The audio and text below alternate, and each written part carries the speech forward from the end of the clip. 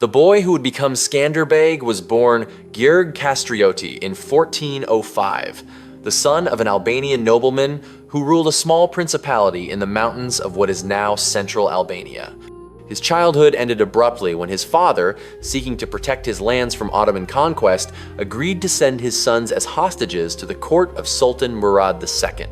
This was a common practice in the expanding Ottoman Empire, a way of ensuring the loyalty of vassal states while simultaneously creating a pool of talented young men who could be trained in Ottoman ways and used to govern the empire's diverse territories. Jurg was perhaps 10 years old when he was taken from his homeland, separated from his family, and brought to Adrianople, the Ottoman capital, where he would spend the next 2 decades of his life. He was converted to Islam, given the name Iskander after Alexander the Great, and enrolled in the palace school where the sons of conquered nobles and Christian boys taken through the Devshirme system were trained to become administrators and military commanders. The education was rigorous and comprehensive, covering languages, religion, law, administration, and above all, warfare. The Ottoman military system was the most advanced in the world, a sophisticated machine that combined discipline, logistics, and tactical innovation in ways that European armies could not match. Iskander excelled in this system, rising through the ranks, commanding troops in campaigns across the Balkans and Anatolia, earning a reputation as a skilled and fearless commander. By his 30s, he was a general, a trusted servant of the Sultan, a man who had proven his loyalty and his competence on dozens of battlefields. He had become, in every way that mattered, an Ottoman, but he had not forgotten who he was. The sources are unclear about what exactly motivated his eventual betrayal, whether it was a long-planned deception, a sudden opportunity seized in a moment of crisis, or a gradual realization that his true loyalty lay not with the empire that had raised him, but with the land and the people from whom he had been taken. What is clear is that in November of 1443, during a campaign in the Balkans, Iskander deserted. He took with him a small group of loyal followers, forged documents bearing the Sultan's seal, and rode hard for Albania. He arrived at the fortress of Kruja, presented the forged documents claiming that the Sultan had appointed him governor, and when the Ottoman garrison commander hesitated, Iskander and his men killed him and seized control of the fortress. Within days, he had renounced Islam, reclaimed his birth name, Gjirga Kastriati, and declared himself the leader of an Albanian rebellion against Ottoman rule. The name Skanderbeg, a corruption of Iskander Bey, would become the name by which he was known to history, a fusion of his Ottoman past and his Albanian identity, a symbol of the transformation he had undergone. The Ottoman Empire in the mid-15th century was at the height of its power, a vast, multi-ethnic state that stretched from the Danube to the Euphrates, from the Black Sea to the Aegean. It had conquered the Byzantine Empire, absorbed the Bulgarian and Serbian kingdoms, and was pushing steadily into Europe, threatening Hungary, Venice, and the other Christian powers. The Ottoman military was a formidable force, combining the mobility and archery skills of its Turkish cavalry with the discipline and firepower of its Janissary infantry. Elite troops drawn from Christian boys taken as children, converted to Islam, and trained to be the Sultan's personal guard. The empire had resources that dwarfed those of any single European state, a centralized administration that could mobilize armies and supplies with an efficiency that European feudal systems could not match, and a strategic vision that thought in terms of decades and generations rather than individual campaigns. To resist the Ottomans was considered futile by most European leaders, who preferred to pay tribute, make alliances, or simply hope that the Ottoman advance would be directed elsewhere. The fall of Constantinople in 1453, just a decade after Skanderbeg's rebellion began, would confirm what many already believed, that the Ottoman Empire was unstoppable, that Christian Europe was doomed to be conquered piecemeal, that resistance was pointless. Skanderbeg did not accept this logic. He understood the Ottoman military better than almost anyone alive, having been trained in it, having commanded Ottoman troops, having seen its strengths and its weaknesses from the inside. He knew that the Ottoman army was powerful but not invincible, that its size and sophistication could be turned into vulnerabilities if the enemy refused to fight on Ottoman terms, if the enemy exploited terrain and mobility and local knowledge in ways that negated Ottoman advantages. Albania was perfect for this kind of warfare. It was a land of mountains and narrow valleys, of steep slopes and dense forests, of few roads and fewer open spaces, suitable for the kind of large-scale battles that the Ottomans excelled at. It was a land where a small force that knew the terrain could ambush and destroy a much larger force that did not, where supply lines could be cut and columns could be harassed and besieged. Fortresses could hold out for months because the besiegers could not bring their full strength to bear. And it was a land whose people, though divided by clan and region and feudal loyalty, shared a common resentment of Ottoman rule, a resentment that Skanderbeg could harness and channel into organized resistance. The rebellion that Skanderbeg led was not a conventional war. It was a war of ambushes and raids, of sudden strikes and rapid withdrawals, of psychological warfare and strategic deception. Skanderbeg rarely met the Ottomans in open battle, and when he did, it was always on ground of his choosing, in conditions that favored his smaller, more mobile forces. He used the mountains as a fortress, establishing bases in remote valleys where Ottoman armies could not easily reach, moving his forces along paths that only locals knew, appearing where he was not expected, and disappearing before the Ottomans could respond. He used intelligence and espionage, maintaining a network of informants who kept him apprised of Ottoman movements and plans, allowing him to anticipate attacks and position his forces accordingly. He used deception, spreading false information, feigning retreats to lure Ottoman forces into traps, disguising his troops as Ottoman soldiers to infiltrate enemy camps and sow confusion. And he used terror, not in the sense of random violence against civilians, but in the sense of creating a reputation for invincibility, for being everywhere and nowhere, for inflicting casualties that seemed disproportionate to his numbers, for making every Ottoman advance into Albania a costly and demoralizing experience. The first major Ottoman campaign to crush the rebellion came in 1450, when Sultan Murad II himself led an army into Albania, determined to recapture Kruj and destroy Skanderbeg once and for all. The siege of Kruj lasted for months, with the Ottomans bringing up heavy artillery, building siege works, launching assault after assault against the fortress walls. But Kruj held. Skanderbeg had fortified it extensively, had stockpiled supplies, had positioned his best troops to defend the key points. And while the Ottomans were focused on the siege, Skanderbeg led his mobile forces in raids against Ottoman supply lines, cutting off the food and ammunition that the besieging army needed, forcing the Ottomans to divert troops to protect their rear, turning the siege into a war of attrition that the Ottomans could not win. After 4 months, Murad lifted the siege and withdrew, having achieved nothing except the loss of thousands of men and a humiliating demonstration that even the Sultan himself could not break the Albanian resistance. The psychological impact of this failure was immense. If the Sultan could not defeat Skanderbeg, who could? The pattern repeated itself over the next 2 decades. The Ottomans would send an army into Albania, sometimes tens of thousands strong, led by experienced generals, equipped with the best weapons and siege equipment the empire could provide. They would march into the mountains, confident in their numbers and their superiority, expecting to crush the rebellion quickly and decisively. And they would be met with ambushes, with raids, with a enemy that refused to stand and fight in the way that armies were supposed to fight. Ottoman columns would be attacked as they marched through narrow valleys, with Albanian forces firing down from the heights, rolling boulders onto the road, cutting off the vanguard from the main body, slaughtering isolated units before melting back into the forest. Ottoman camps would be raided at night, sentries killed, supplies burned, horses stampeded, creating chaos and fear that eroded morale and discipline. Ottoman sieges would drag on for months, draining resources and manpower, while Skanderbeg's forces operated freely in the countryside, making it impossible for the Ottomans to consolidate their gains or establish permanent control. And when the Ottomans finally withdrew, exhausted and demoralized, Skanderbeg would pursue, harassing their retreat, inflicting further casualties, ensuring that every campaign into Albania ended not just in failure, but in humiliation. The Battle of Torviol in 1444, early in the rebellion, set the tone for what was to come.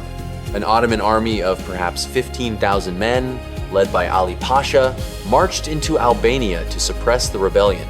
Skanderbeg, with a force, perhaps a third that size, chose not to meet them head-on. Instead, he positioned his troops in the hills overlooking the plain where the Ottomans were camped, waited until the Ottoman forces were dispersed and unprepared, and then launched a coordinated attack from multiple directions. The Ottomans, caught off guard, tried to form defensive positions, but the terrain and the speed of the attack made this impossible. The battle, if it can be called that, was over in hours. The Ottoman army was routed, Ali Pasha was killed, and the survivors fled back toward Ottoman territory, harassed every step of the way. The victory at Torviol was not just a military success, it was a demonstration that the Ottomans could be beaten, that their reputation for invincibility was a myth, that a smaller force with better knowledge of the terrain and better leadership could defeat a much larger Ottoman army. The Siege of Kruja in 1466, under Sultan Mehmed II, the conqueror of Constantinople, was perhaps the most determined Ottoman effort to break Skanderbeg.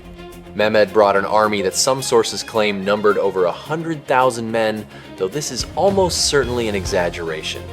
Even at more realistic estimates of 30 to 40,000, it was a massive force, equipped with the latest artillery, supported by engineers and sappers, commanded by the Sultan who had achieved what no other Ottoman ruler had done, the conquest of the Byzantine capital.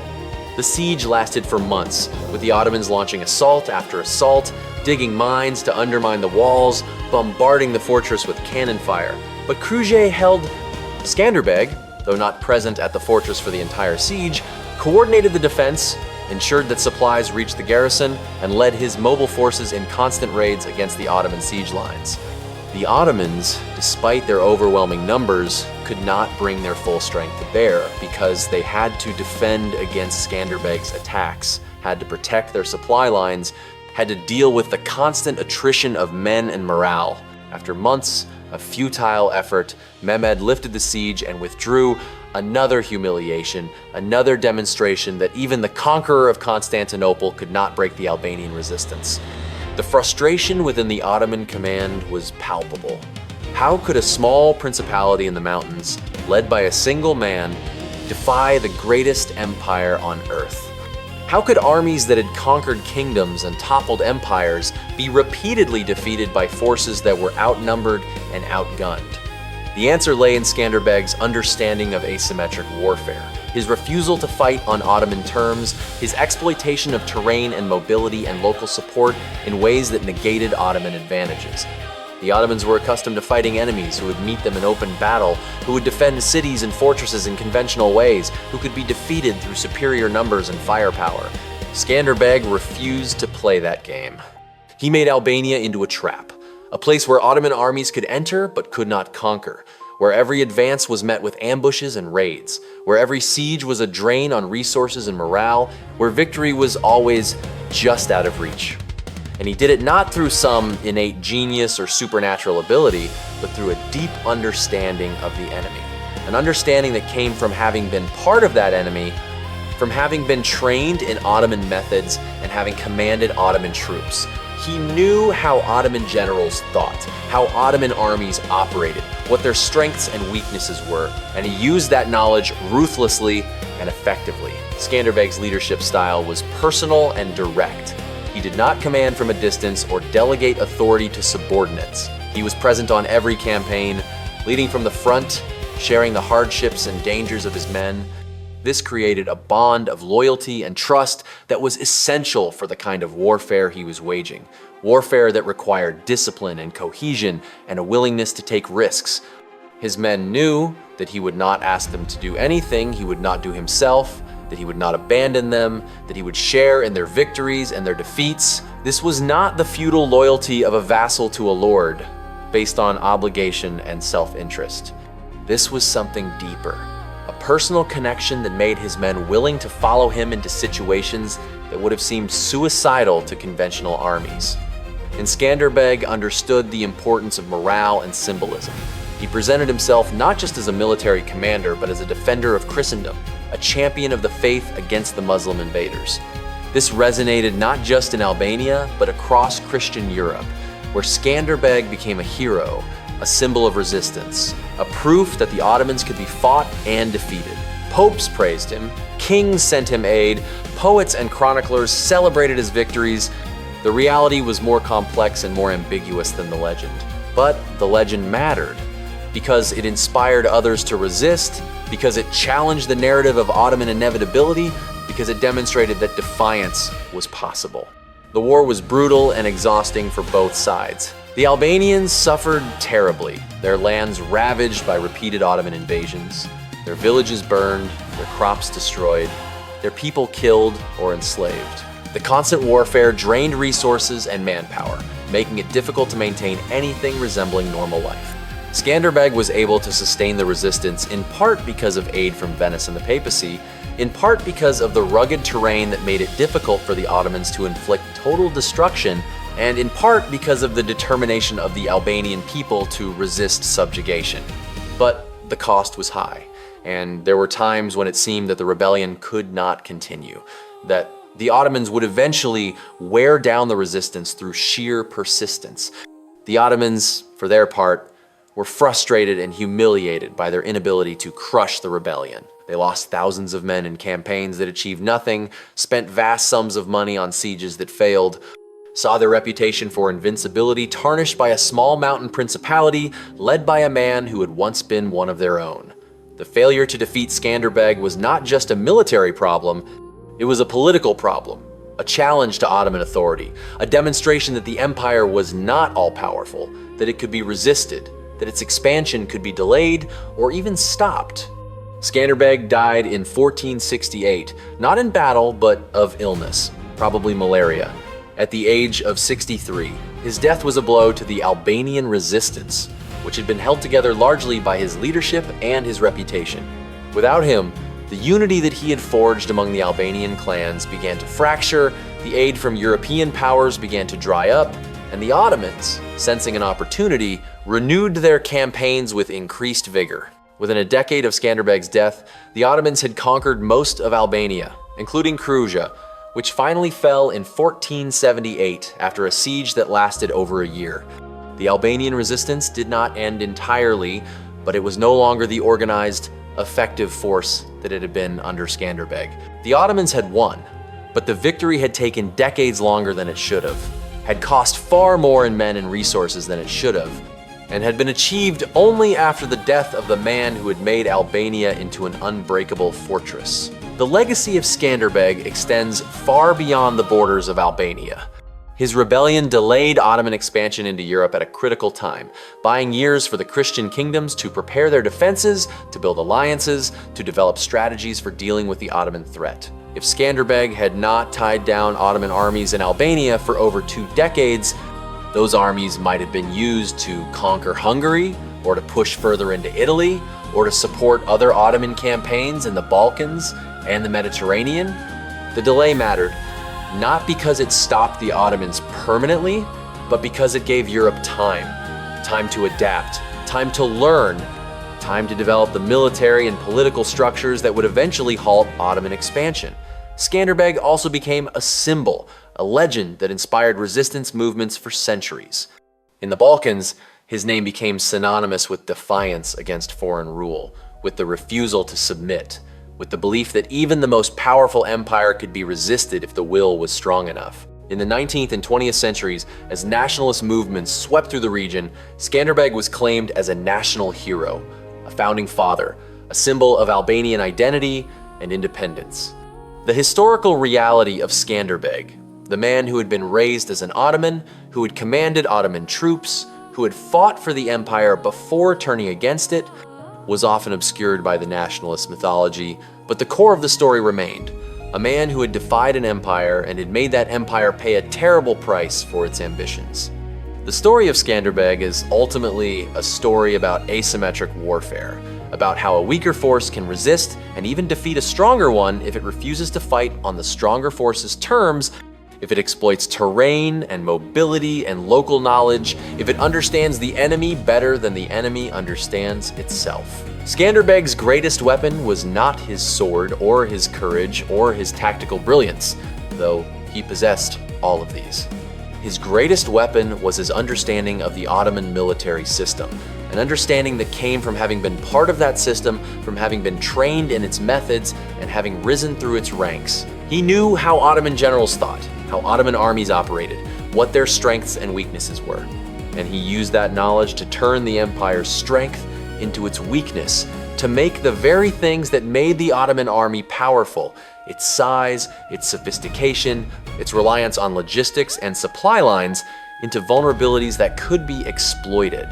He made Albania into a place where Ottoman armies could not operate effectively, where their numbers were a liability rather than an asset, where their discipline and organization were undermined by terrain and tactics that they were not prepared for. And he did it for over 2 decades, inflicting defeat after defeat, humiliation after humiliation on an empire that was supposed to be invincible. The mountains of Albania, the narrow valleys and steep slopes and dense forests, were Skanderbeg's fortress.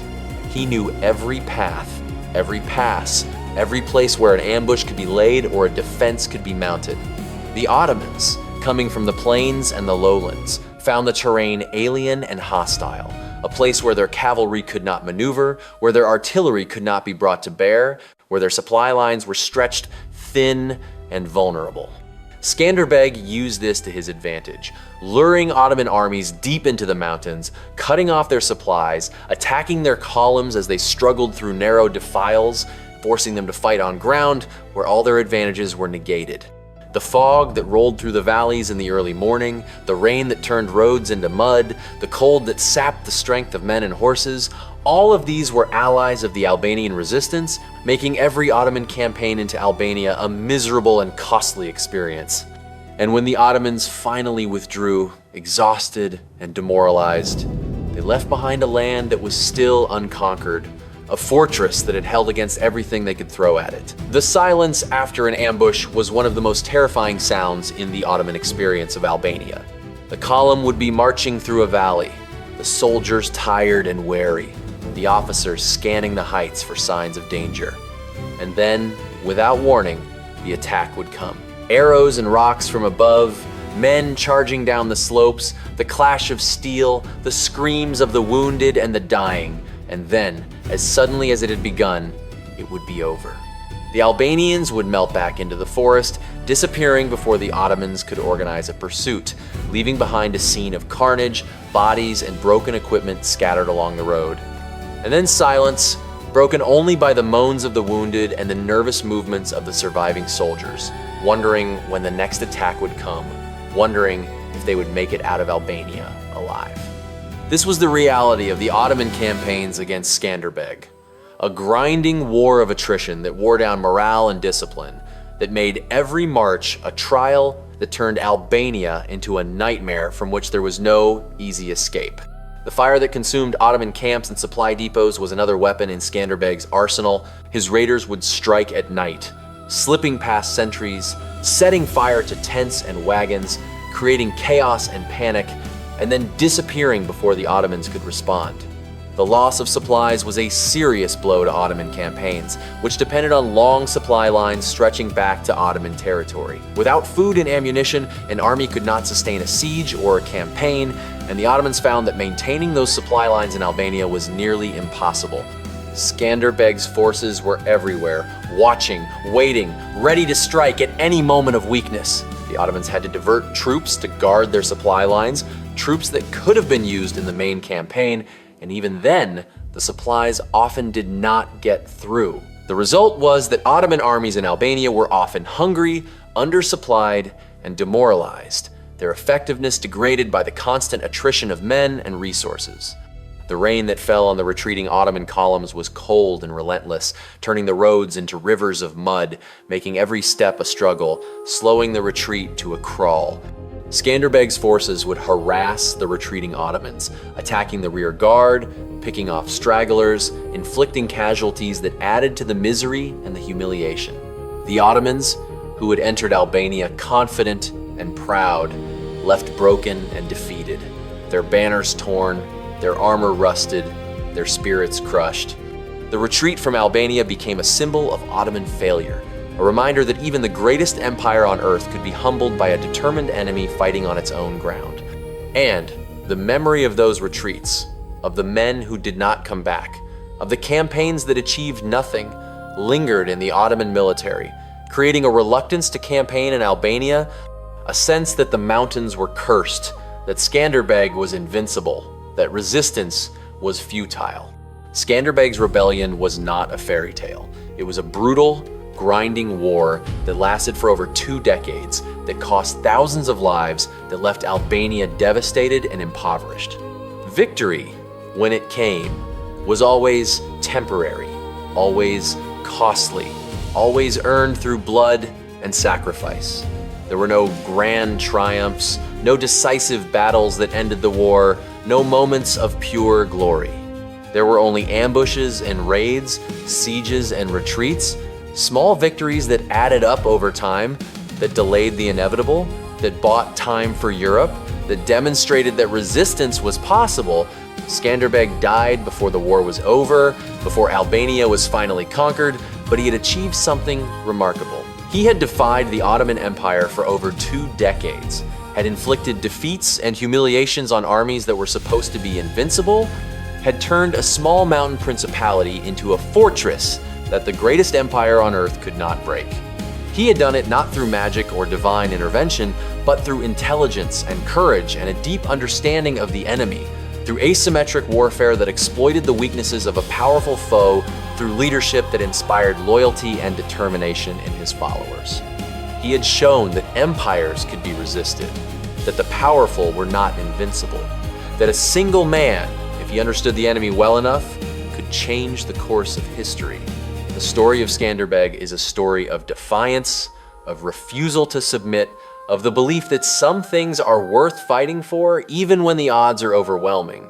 It is a story that resonates across the centuries, a reminder that the weak are not always powerless, that the strong are not always invincible, that the outcome of a conflict is not always determined by numbers and resources, but by will and intelligence and the willingness to fight on one's own terms rather than accepting the terms imposed by the enemy.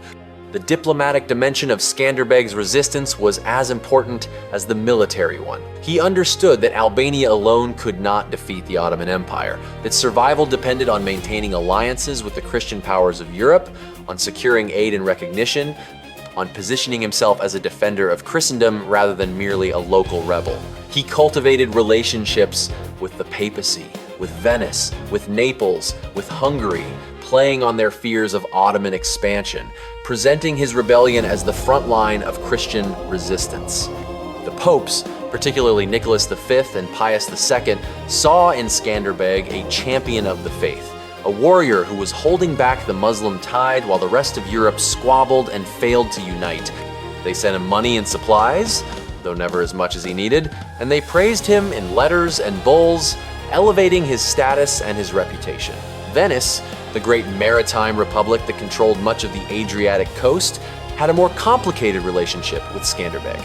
Venice was primarily interested in trade and profit, and it maintained diplomatic and commercial relations with the Ottoman Empire even while supporting Skanderbeg.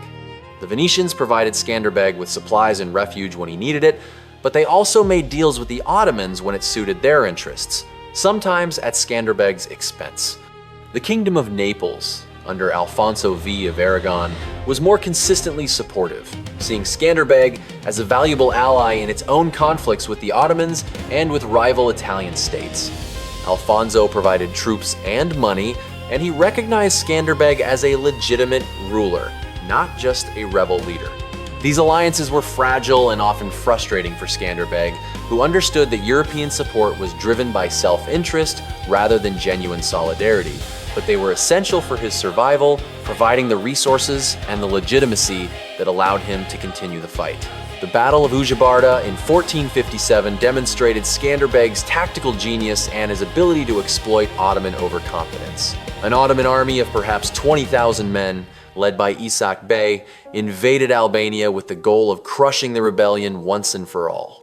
Skanderbeg, with a force less than half that size, chose to meet them in battle.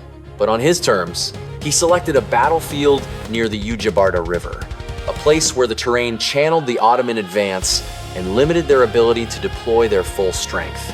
He positioned his forces on high ground, with the river at their back, and waited for the Ottomans to attack. The Ottomans, confident in their numerical superiority, launched a frontal assault, expecting to overwhelm the Albanian positions through sheer weight of numbers. But Skanderbeg had prepared the battlefield carefully, placing obstacles and traps, positioning his best troops at the key points, and keeping a reserve force hidden in the nearby forest. The Ottoman attack stalled as it met fierce resistance, and then Skanderbeg launched his counterattack, sending his reserve force into the Ottoman flank, creating chaos and panic. The Ottoman line broke, and what had been an organized assault turned into a rout. Thousands of Ottoman soldiers were killed or captured. Ishak Bey barely escaped with his life, and the survivors fled back to Ottoman territory, leaving behind their weapons and supplies. The victory at Ujibarda was one of Skanderbeg's greatest triumphs, a demonstration that he could not only harass and ambush Ottoman forces, but could also defeat them in open battle when the conditions were right. The psychological warfare that Skanderbeg waged was as important as the physical battles. He cultivated a reputation for being everywhere and nowhere, for knowing everything that happened in Albania, for being able to predict Ottoman moves and counter them before they could be executed. Some of this was due to his excellent intelligence network, but some of it was deliberate myth-making. The creation of a legend that made him seem superhuman, invincible, blessed by God. The Ottomans, who were accustomed to dealing with enemies who could be understood and predicted, found Skanderbeg baffling and frustrating. How could he always know where they were going? How could he always be one step ahead? How could he escape from situations that should have been traps? The answer was usually mundane. A combination of good intelligence, local knowledge, and tactical skill. But the Ottomans did not see it that way. They began to believe that Skanderbeg was protected by supernatural forces, that he was invincible, that fighting him was futile. This belief, more than any single military defeat, undermined Ottoman morale and made their campaigns in Albania increasingly half-hearted and ineffective. The economic cost of the war was staggering for both sides. Albania was devastated by decades of warfare, its population reduced by death and enslavement, its agriculture disrupted, its towns and villages burned. The constant fighting made it impossible to maintain normal economic activity, and the population survived largely through subsistence farming and through the aid that Skanderbeg was able to secure from his European allies. The Ottomans, for their part, spent vast sums on campaigns that achieved little, diverting resources that could have been used elsewhere, tying down armies that were needed for other fronts. The failure to conquer Albania quickly became a drain on Ottoman finances and a source of frustration for Ottoman administrators who could not understand why such a small and poor region was proving so difficult to subdue. The economic dimension of the war is often overlooked in accounts that focus on battles and sieges, but it was crucial. Skanderbeg's ability to sustain the resistance for over 2 decades depended on his ability to secure external aid and to maintain enough economic activity in Albania to support his forces. The Ottomans' failure to crush the rebellion quickly meant that they had to keep pouring resources into a conflict that was yielding no returns, a war of attrition that they could not afford to lose but that they seemed unable to win. The role of religion in Skanderbeg's rebellion was complex and multifaceted. On one level, the conflict was a religious war, a struggle between Christianity and Islam, between the Christian kingdoms of Europe and the Muslim Ottoman Empire. Skanderbeg presented himself as a defender of the faith, a crusader fighting to protect Christendom from the infidel.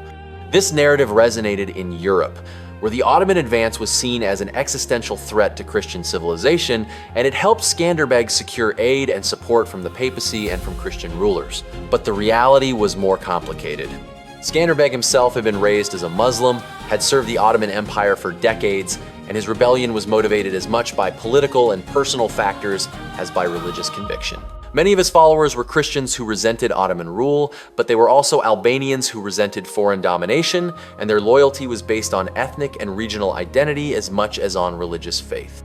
The Ottomans, for their part, saw the rebellion primarily as a political and military problem, a challenge to their authority that had to be crushed, though they also framed it in religious terms as a struggle against Christian rebels who refused to accept the rightful rule of the Muslim Sultan. The religious dimension of the war was real and important.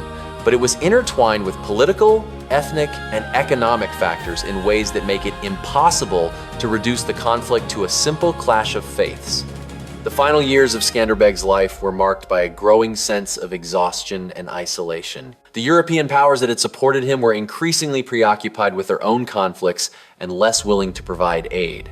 The fall of Constantinople in 1453 had been a psychological blow to Christian Europe, a demonstration that the Ottomans were unstoppable and the enthusiasm for crusades and resistance movements had waned.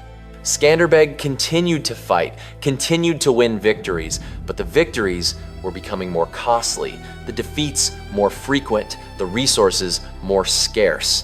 He was in his 60s, an old man by the standards of the time, worn down by decades of warfare, suffering from the illnesses that would eventually kill him.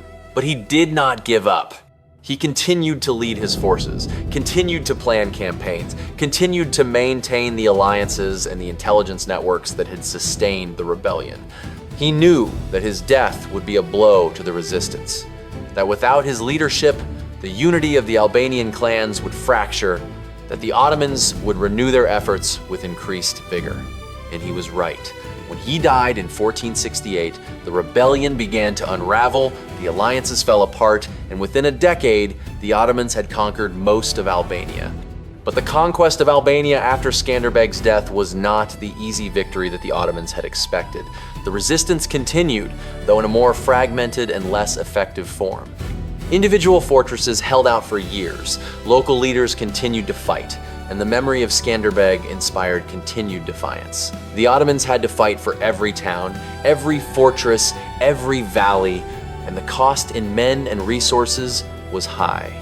The final fall of Kruj in 1478, 10 years after Skanderbeg's death, was the symbolic end of the Albanian resistance, but even then, the Ottomans faced continued unrest and rebellion in the region for decades.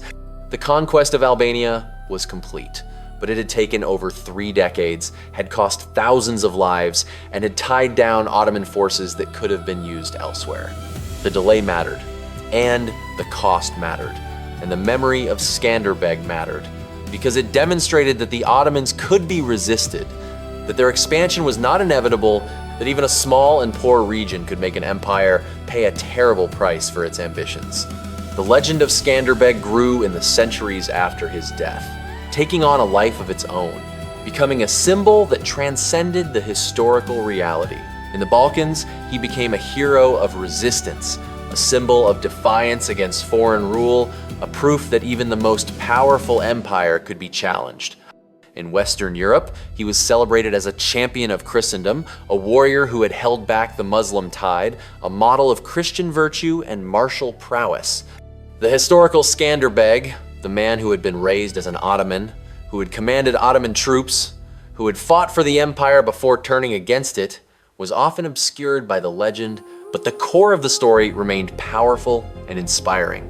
In the 19th and 20th centuries, as nationalist movements swept through the Balkans, Skanderbeg was claimed as a national hero by Albanians, a founding father, a symbol of Albanian identity and independence.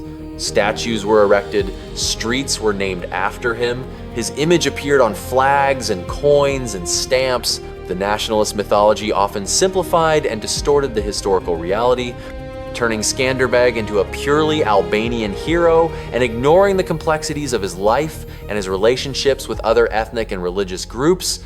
But the mythology served a purpose, providing a unifying symbol for a nation that was struggling to define itself and to assert its independence. The military lessons of Skanderbeg's rebellion have been studied by military theorists and strategists for centuries.